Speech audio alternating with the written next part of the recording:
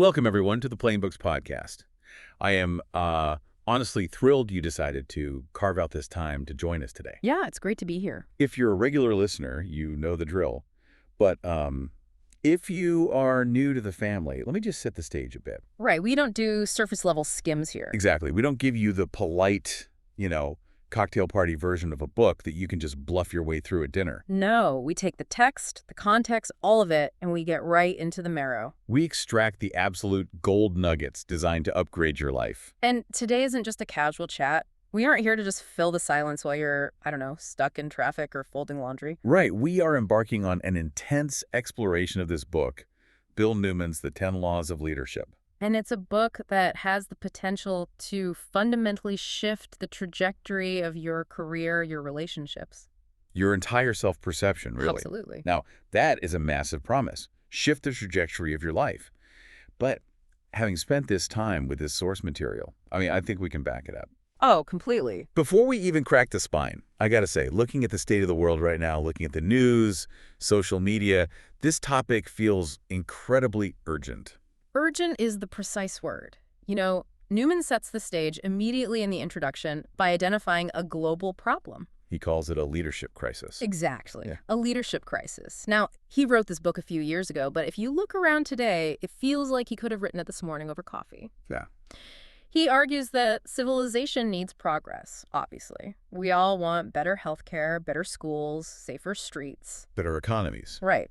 But progress is entirely dependent on leadership. And when you say leadership crisis, I think most of us, we nod our heads and think, yeah, the politicians are a mess. Or my CEO has no idea what he's doing. Right. We externalize it. We think leadership is a title you get or a podium you stand behind. That is the trap right there. That is exactly what Newman calls fuzzy thinking. Fuzzy thinking. I like that. We tend to view leadership as a position rather than a disposition. So we think, well, I'm just an accountant or I'm a student. Or I manage a small team at a coffee shop. Does this really apply to me? And the answer is yes. The resounding yes. So we need to redefine the term right now. Because if we don't, people are going to tune out. They'll think this is an episode just for managers. Right. So what is the shift we need to make? Here's the first mental shift. If you are listening to this episode and you are an adult, you are a leader. At the very absolute least, you are leading your own life. You are the CEO of You, Inc. You are in charge of your own narrative. And if you aren't leading yourself, you are just drifting. And drifting rarely leads to a destination you actually want to visit. That's a scary thought, drifting.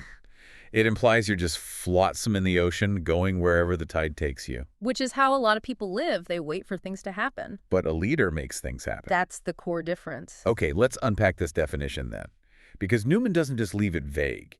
He throws some heavy hitters at us to define what a leader actually is. He does. He quotes Ted Engstrom, John Haggai, Bob Beal. These are titans in the leadership space. They are. Engstrom defines a leader as someone who guides and develops the activities of others. That's your classic management definition. Right. Very functional. Then you have John Haggai, who says leadership is the discipline of exerting special influence to move a group toward beneficial goals. I want to pause on Haggai's definition for a second. Beneficial goals. Yeah. That feels important because a cult leader moves a group toward a goal. Yeah. A mob boss moves a group toward a goal. Exactly. And that's why the word beneficial is doing a lot of heavy lifting there. Leadership has a moral component. If you are leading people off a cliff, you aren't a leader. You're a misleader. You're a hazard. Yeah, you're a hazard. Then there's Bob Beal. I love his definition because it feels like a tactical manual. He says leadership is knowing what to do next, knowing why it is important, and knowing how to bring resources to bear. That is the fog of war definition. Mm-hmm. Think about a crisis. Think about when a project at work falls apart. Or when a family emergency hits, everyone freezes. Everyone looks around. The leader is the person who breaks the paralysis. They know what to do next, even if what to do next is just take a deep breath and call insurance. But Newman, he takes all these definitions, influence, guidance, action, and he boils them down. Synthesizes it. Into one simple three-part definition that I think is just brilliant in its simplicity. It's the anchor of the whole book. A Yeah. leader is one who knows the way, goes the way, and shows the way. Knows the way, goes the way, shows the way. Sounds cagey. Almost like a slogan. But I want to dismantle it. Because knowing the way seems obvious. You need competence. You can't lead a surgery if you don't know medicine. Right. Knowing the way is the baseline. It's competence, it's vision. But let's look at the middle part. Goes the way. That is the killer. That is where 90% of aspiring leaders wash out. Why is that part specifically the stumbling block? Because it requires you to be in the trenches. It is easy to know the way. You can just read a map. Yeah. It is even easier to show the way. To stand on a hill, point a finger, and tell your team, go take that mountain. But to actually go the way. That means you are modeling the behavior. You aren't asking anyone to do something you aren't doing yourself. It destroys hypocrisy. That hits home. It reminds me of parenting. I can tell my kids to be patient 1,000 times. Sure. I can know that patience is a virtue. I can show them how to wait their turn. But if I lose my mind and start screaming at the driver in front of me during the morning school run, You are not going the way. I'm not. And I'm teaching them that patience is for them, not for me. And that destroys trust. Neurologically, humans are wired to detect hypocrisy. We smell it. We really do. If a manager says we need to cut costs and then books a first-class flight, they have lost the team. They might still have the title, but they've lost the leadership. So going the way is the price of admission. If you aren't willing to do the work, don't ask others to. Okay, so that's our foundation. We know what a leader is. Now, Newman shifts gears. He moves into section 1 of our discussion today, which is the framework for change. And he makes a pretty bold claim here. He says, this book can change your life. But then he puts a massive caveat on it. The caveat is active participation. He asks a question that I think haunts every avid reader. Oh, I know the one. How many times have you read a good book, felt inspired, maybe even underlined a few things, and then 3 weeks later, nothing in your life has actually changed? I feel attacked. I have a shelf full of books like that. It's the seminar high. Yes. You feel like a new person for about 48 hours, and then Tuesday hits, and you're back to your old habits. It's the human condition. Information alone does not cause transformation. Newman gives us 5 practical ways to ensure this podcast episode isn't just entertainment, but actually moves the needle. And honestly, I think we should challenge you, the listener, to do this right now. I agree. So listener, if you're in a place where you can do this safely, maybe not if you're merging onto the highway, grab a piece of paper or open the Notes app on your phone. Because we aren't just consuming content today, we are building a framework. Let this book enhance your life. Step 1 is use cards. Newman suggests writing out the principles or passages you want to memorize on 3x5 cards. That feels incredibly analog in a digital world. Flashcards, why not just a screenshot? Well, because of the cognitive science behind handwriting, when you type, it's a motor skill that's somewhat disconnected from memory. Right.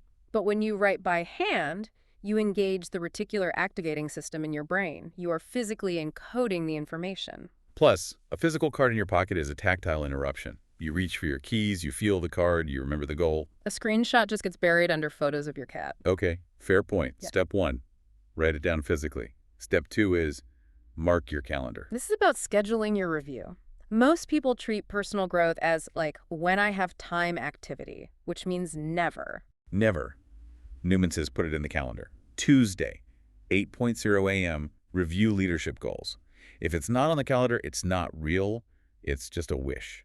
Step 3, reread your underlines. Or in our case, re-listen to this episode. Repetition is the mother of learning. You cannot absorb a life-changing concept in one pass. It's like painting a wall. One coat looks patchy. You need 2 or 3 coats to get the true color. You need to return to the source material. Step 4 is my favorite because it connects the brain to the body. Apply. Immediately. There is a Chinese proverb he quotes roughly here. Hear something, you forget it. See something, you remember it. Do something, you understand it. That distinction between remembering and understanding is crucial.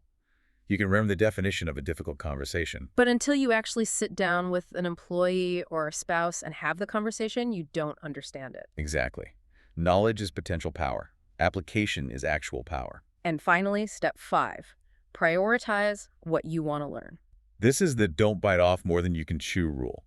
Newman says pick 1 to 3 things. If you listen to this episode and try to overhaul your vision, your discipline, your decision-making, and your communication style, all by tomorrow morning, You will crash. pick the one that hurts the most. The one where you go, ouch, I'm bad at that. Focus there. So that is our challenge to you, the listener.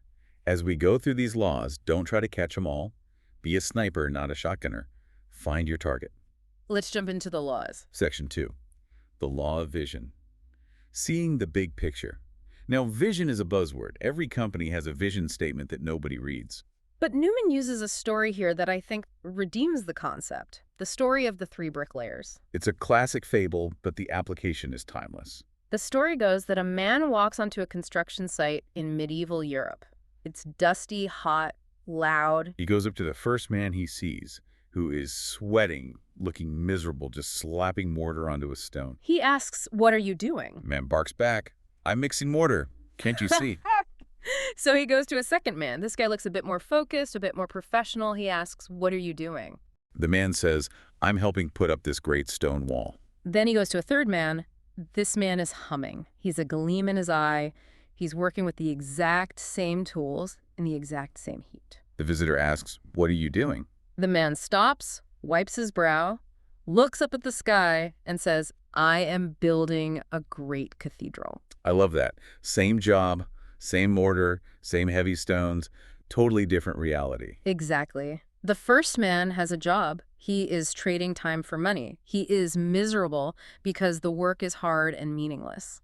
The second man has a career. He sees the immediate project, the wall. He takes pride in his craft. But the third man, he has a calling. That is the law of vision. A leader must be able to see the cathedral while they are mixing the mortar. But let's play devil's advocate here for a second. It's easy to talk about cathedrals, but what if you really are just mixing mortar? What if you're a data entry clerk or you're flipping burgers? Is it delusional to say, "I'm feeding the world" when you're just frying a patty? It's not delusional. It's contextual. If you are flipping burgers to save money to start your own business or to support your family, then you aren't just frying meat. You are building your future. You are supporting your family. That's your cathedral. The task doesn't change, but the meaning assigned to the task changes everything. If you can't connect your daily grind to a bigger picture, you will burn out. It is biologically impossible to maintain high effort for low meaning. So leadership, then, is the act of reminding people of the cathedral. Yes. If you manage a team, your job isn't just to check their work. It is to remind them why the work matters. We aren't just filing papers. We are helping this client secure their retirement. That changes the energy in the room. There is another story in this section that really blew my mind regarding long-term vision, the story of the English cathedral oaks. This is one of my favorite stories in the whole book. It speaks to a kind of thinking we have almost completely lost today. Set the scene for us. So there is a massive cathedral in England. Newman doesn't name it, but stories like this usually refer to places like New College, Oxford. The Great Hall had these massive oak beams across the ceiling. We are talking beams that are 40 feet long, 2 feet thick. They hold the roof up. Right. After 500 years, inevitably, the beetles and the rot got to them. The architects were in a panic. You cannot buy oak like that anymore. The forests have been cut down. They thought they would have to use steel or plastic, which would ruin the history. So they decided to check the original records of the cathedral, hoping to find where the wood came from. And what did they find? They found a ledger entry from the original builders 500 years ago. It said, essentially, "We have planted a grove of oak trees on the cathedral grounds, specifically so that when the beams rot in 500 years, the wood will be ready to replace them." That gives me literal chills. It stops you in your tracks, doesn't it? It's profound. Think about the mindset of those foresters. They were planting acorns. They knew with 100% certainty that they would never see those trees fully grown. They would be dead for 4 centuries before that wood was harvested. That is generational leadership. Today, we live in a world of quarterly returns. A CEO is worried about the stock price next month. A politician is worried about the polls next week. We are addicted to now. These builders were planning for half a millennium away. They did the work for a crisis they would never see, to help people they would never meet. It really challenges our modern definition of success. We think success is getting mine while I'm here. They thought success was stewardship for the future. And that is the application for the listener. Newman quotes the famous saying, "A ship in a harbor is safe," but that is not what ships are built for. Leaders look to the future. If you are only looking at today's problems, putting out fires, you are managing, not leading. Leadership requires you to plant oaks that you will never sit under. So ask yourself, what is the oak tree I am planting today? Is it a savings account for my grandkids?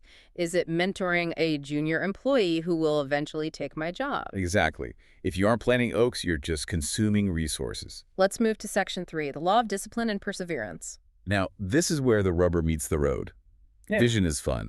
Dreaming about cathedrals is inspiring. But this section is about the price tag. Yes.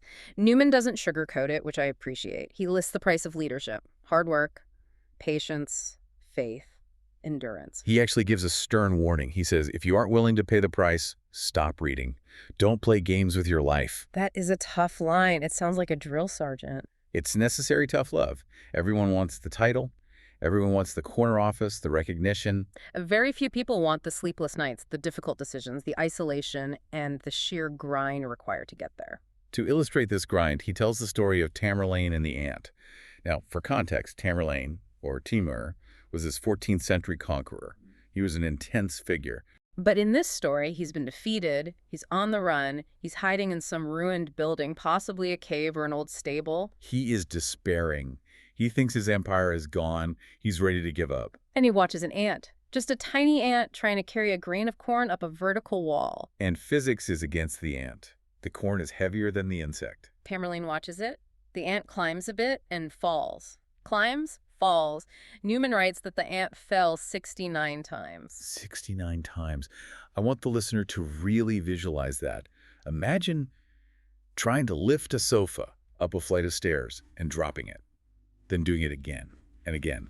I would have quit at 3, maybe 4 if I was feeling heroic. Most people would. Most people strike out 3 times and say, well, I guess I'm not meant to play baseball. But the ant, on the 70th try, it makes it over the top. And Tamerlane, watching this insect, has an epiphany. He leaps to his feet. He realizes that if an ant, a creature with no brain to speak of, can fail 69 times and keep going, surely a king can reorganize his forces. So he goes out, rallies his men, and wins the war. It's a great fable, but let's bring it to the listener, because we aren't conquering empires. What is the grain of corn for the person listening right now? It's the manuscript you've sent to 10 publishers and got 10 rejections. It's the business loan you've been denied. It's the weight loss goal where you've plateaued for 3 weeks. The question is, are you on attempt number 69? That's the haunting question, because if you stop now, you have wasted the previous 68 efforts. The only difference between failure and success, often, is just that 70th try. The perseverance to go one more time when logic says quit. Speaking of comebacks, Newman includes a real-world example that is less medieval: Michael J. Coles. A powerful modern story. Michael Coles, co-founder of the Great American Cookie Company. He was involved in a devastating motorcycle accident. The damage was catastrophic. The doctors, experts in their field, told him he would never walk unaided again. His career, his physical ability, it all looked like it was over. And this is where the law of discipline kicks in.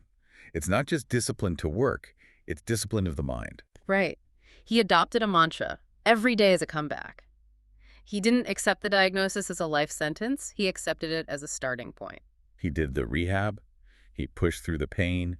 He not only walked, he went on to set cross-country cycling records and build a massive business empire. But it started with the discipline to reject the narrative of defeat. It's interesting you mentioned narrative of defeat, because sometimes the defeat isn't from an accident, it's from our own head. There is that anecdote about the insurance salesman in the book. This one made me laugh because it is so painfully relatable. The discouraged agent, yes. He walks into his manager's office, throws his briefcase down, and says, "I'm quitting. I can't take it. I refuse to see 7 men today." And the manager is confused. He thinks, wait, you refuse to see customers? He asks, who did you refuse to see? And the agent says, "I refuse to see myself." I'm them. He was the 7 men. That is profound. He defeated himself before he even knocked on a door. He woke up, looked in the mirror, and said, "You can't do this." That is the lack of discipline. Discipline isn't just working hard. It's disciplining your own internal monologue. You have to fire the critic in your head and hire a coach. Newman gives us a framework for this, the 5 Ds to success. Let's run through them quickly, because they act as a checklist for your mindset. Sure. Number 1, desire. You have to want it. If you don't want the cathedral, you won't mix the mortar. Number 2, determination, the resolve to start. Number 3, dedication, the commitment to stick with it when it gets boring. Number 4, discipline, the daily habit structure. And number 5, drive, the engine that keeps you moving forward. And there is the 6th D, the anti-D. Distraction, the enemy of all the others. We live in the golden age of distraction. If you have desire and discipline, but you get distracted by social media or other people's drama or shiny object syndrome, you will still fail. You have to put blinders on. This flows perfectly into section 4, the law of decision-making, because avoiding distraction is fundamentally a decision. It is. Newman has a quote here that I have written on my own wall. You are a product of your own choice. That is empowering and terrifying at the same time. It puts the responsibility squarely on you. The most dangerous thing a leader can do is be passive. There's a phrase, not to decide is to decide not to. I think many people treat waiting and seeing as a neutral act. They think, I'm just going to see how this plays out before I commit. But it's not neutral. Life is a moving stream. If you stop paddling to wait and see, the current takes you somewhere you didn't choose, usually onto the rocks. A leader lives life on the attack. Now, on the attack sounds aggressive. It sounds like you're fighting everyone. It doesn't mean being aggressive or mean. It means being proactive. It means you happen to life. Life doesn't happen to you. You initiate the phone call. You propose the solution. You set the meeting. You don't wait for permission. He uses the analogy of a house. A house is built brick by brick. A life is built choice by choice. That is the cumulative effect. We tend to think that our life is defined by one or two massive decisions: who we marry, what career we pick. But Newman argues it's actually the thousands of tiny decisions we make every day. Do I hit snooze or get up? Do I eat that donut or the apple? Do I make that difficult phone call now or put it off until tomorrow? It's the compound interest of decision-making. Exactly. If you make the lazy choice 51% of the time, over 10 years, you end up with a lazy, unsuccessful life. If you make the discipline choice 51% of the time, you win. You don't have to be perfect. You just have to be net positive. So here's a challenge for the listener. Identify one decision you've been putting off. Just one. Yeah. Maybe it is booking a dentist appointment you're dreading. Maybe it is firing a toxic client. Maybe it is signing up for a course. Whatever it is, make the decision today. Break the paralysis. Yeah. Because indecision is a massive energy drain. It sits in the background of your mental computer, using up RAM. Close the program. Make the choice. Even if it's the wrong choice, movement is better than stagnation.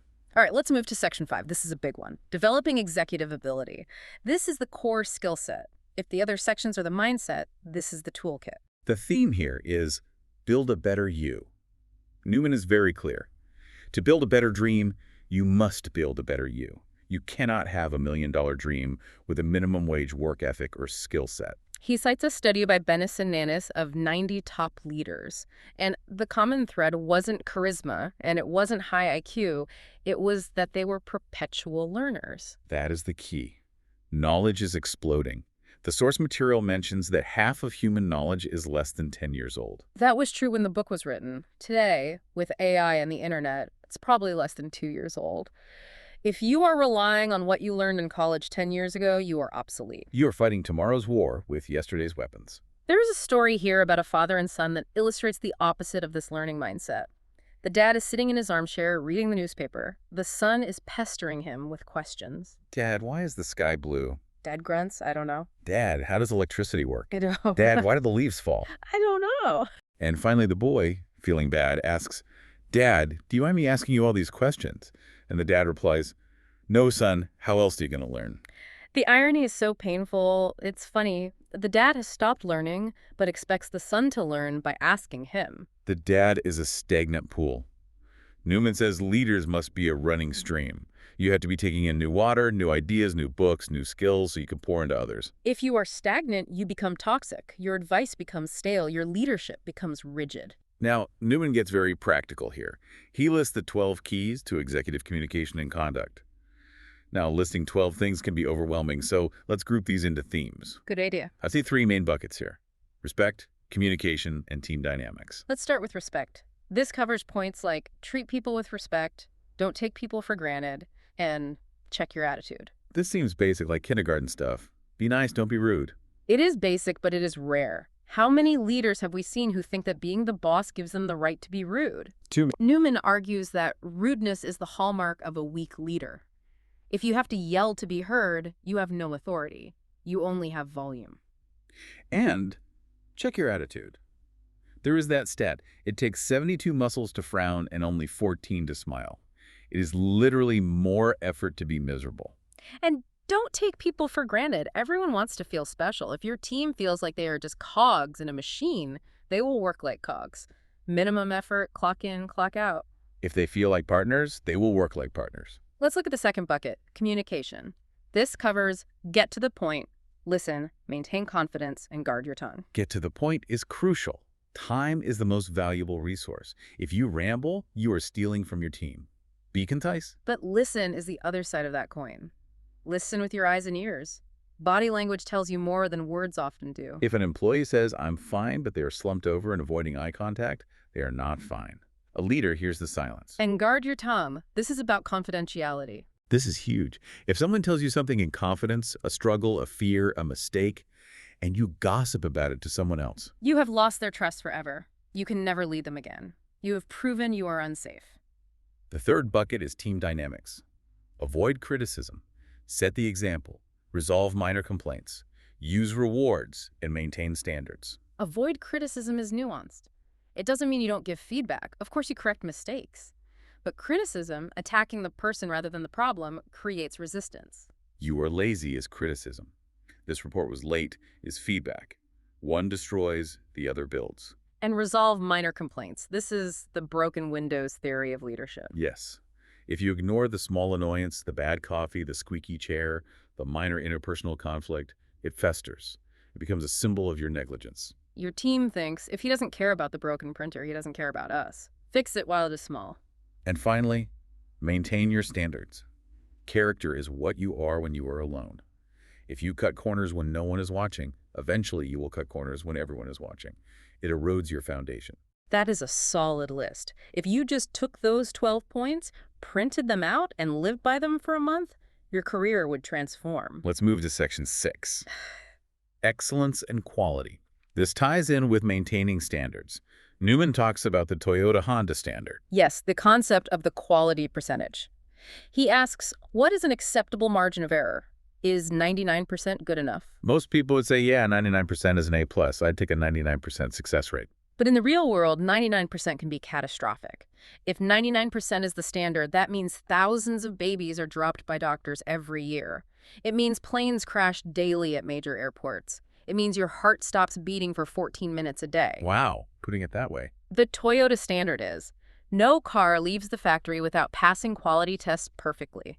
The only acceptable percentage is 100%. Now, I have to push back here. We aren't robots. We aren't building cars. We are humans. Is 100% standard actually a recipe for burnout and anxiety? Perfectionism can be paralyzing. Yeah, that is a valid danger. But I think Newman isn't talking about neurotic perfectionism where you cry over a typo. He is talking about the intent toward excellence. It's about leading from the front. Exactly. You don't ask your team for 100% effort if you're giving 80%. It's about not settling for good enough when great is possible. It's the difference between good and great. Thomas Edison said, if there's a way to do it better, find it. A leader is constantly looking for that better way. They are never satisfied with the status quo, even if the status quo is good. Good is often the enemy of the best. Section 7. People, friendship, and encouragement. This softens the edges a bit. We've talked about discipline, grind, excellence. But leadership isn't just about efficiency. It's about humanity. It is. You cannot lead without people. If you think you are leading but no one is following, you are just taking a walk. And Newman brings up the definition of a true friend. He quotes Charles Kingsley. A friend is one who knows the worst of us but loves us, speaks the honest truth, reproves us in prosperity but cheers us in difficulty. That is a rare commodity. I want to ask the listener, do you have this person in your leadership circle? Do you have someone who will tell you when you have spinach in your teeth, metaphorically speaking, but who also cheer for you when you are down? It is hard to find, especially if you are the boss. Everyone flatters the boss because they want a raise. Which is why you have to cultivate it. You have to give permission for truth-telling. You have to ask, what am I doing wrong? And then thank the person who answers honestly. Newman also uses a nature analogy here, the geese in V formation. We have all seen them flying south for the winter. It's a beautiful picture of shared leadership. We know from aerodynamics that the V formation adds 71% greater flying range than if each bird flew alone. The lead goose breaks the wind resistance for the flock. But here's the key. When the lead goose gets tired, it rotates back into the wing, and another goose takes the point. They share the burden. And the honking. I always thought they were just noisy. The science suggests they honk from behind to encourage the ones up front to keep up the speed. It's an auditory encouragement. That is such a great reframing. Don't lead your team with a whip. Give them a dream. And give them a honk of encouragement. Leaders need encouragement, too. We tend to think leaders are stoic statues. They aren't. They are human. They get tired. They need to hear, "Good job. Keep going. We're right behind you." Newman quotes John D. Rockefeller, "I will pay more for the ability to deal with people than any other ability." And the Russian proverb, "When you meet a man, you judge him by his clothes. When you leave a man, you judge him by his heart." You can dress the part of a leader, sharp suit, nice watch, but if your heart isn't right toward people, you will eventually be exposed. You can't fake caring for long. Finally, Section 8, achieving balance. Because if you do all of this, vision, discipline, excellence, but you destroy your family or your health, have you really succeeded? No, you have failed. Success is holistic. Newman introduces the wheel of life. Imagine a wheel with spokes. The spokes are family and marriage, financial, personal growth, physical health, professional life, social life, spiritual life. It is a juggling act. It is. And the wheel analogy is perfect because if one spoke is broken, the wheel doesn't turn. It clunks. If you are a billionaire, so your financial spoke is long, but your family hates you and your health is ruined, your family and physical spokes are short, your wheel is flat. You aren't going anywhere. You are just spinning comfortably in misery. So active participation time again. Mentally rate yourself in these areas right now, 1 to 10. Where are you a 9? Where are you a 2? And be honest. Usually, the area we are neglecting is the one causing the most subtle drag on our energy. If your finances are a mess, it drains your creativity at work. If your health is failing, you have no energy for your family. It's all connected. We have covered a massive amount of ground today. We've gone from the definition of leadership to the practical habits, to vision, discipline, decision-making, executive skills, excellence, people skills, and balance. It feels like a complete ecosystem. It is a comprehensive blueprint. It is a lot to digest. So as we wrap up this episode of the Plain Books podcast, let's revisit the core question. We started with the leadership crisis. Newman uses the Chinese ideogram for crisis. It is made up of 2 characters, danger and opportunity. A crisis is dangerous, yes. The world is volatile. But it is also an opportunity for a leader to step up, to be the one who knows the way, goes the way, and shows the way. The central question of the book and of this podcast episode isn't, can you be an exceptional leader? We know you can. The tools are here. The science is here. The stories prove it is possible. The question is, will you? Will you pay the price? Will you make the decisions? Will you plant the oak trees?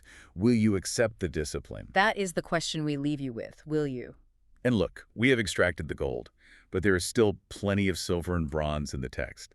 If you are sitting there thinking, I want more of this, I highly recommend you go out and purchase this book, Bill Newman's The 10 Laws of Leadership. We have given you the deep structure, but the book is full of even more stories and nuances. Absolutely. Support the author, find Bill Newman on social media, engage with the content. Tell him you heard about it on the Playing Books podcast. Let him know which law resonated with you. And thank you. Thank you for giving us your time. In a world of distraction, your attention is your most valuable asset, and we don't take it for granted. If you got value from this, please follow the show, subscribe, and share this specific episode with a friend. Maybe a friend who is mixing mortar but needs to be reminded they are building a cathedral. Send it to them with a note. This made me think of you. Together, we can change the world, one leader at a time. See you next time on the Plain Books Podcast.